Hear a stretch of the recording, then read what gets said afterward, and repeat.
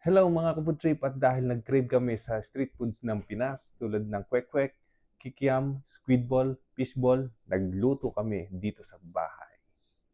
Una natin tikman ay ang kwek-kwek.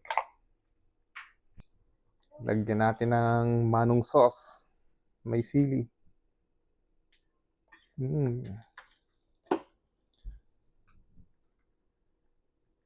First bite.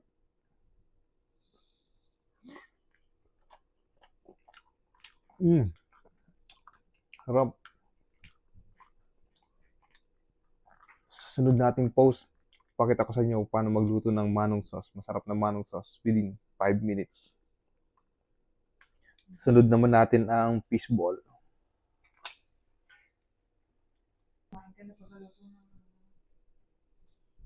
Lagyan natin ng sauce. Pangalawang tuhog, fishball. Pangatlong tikim, kikiam.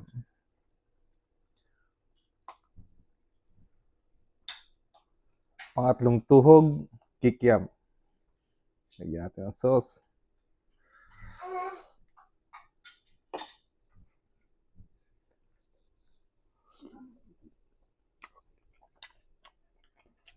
Manong, tatlo nga pong speedball.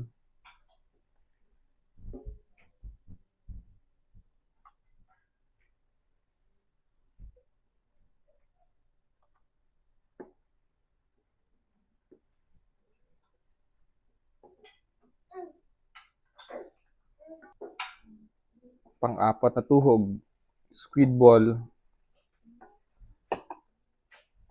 The manong sauce. Sarap.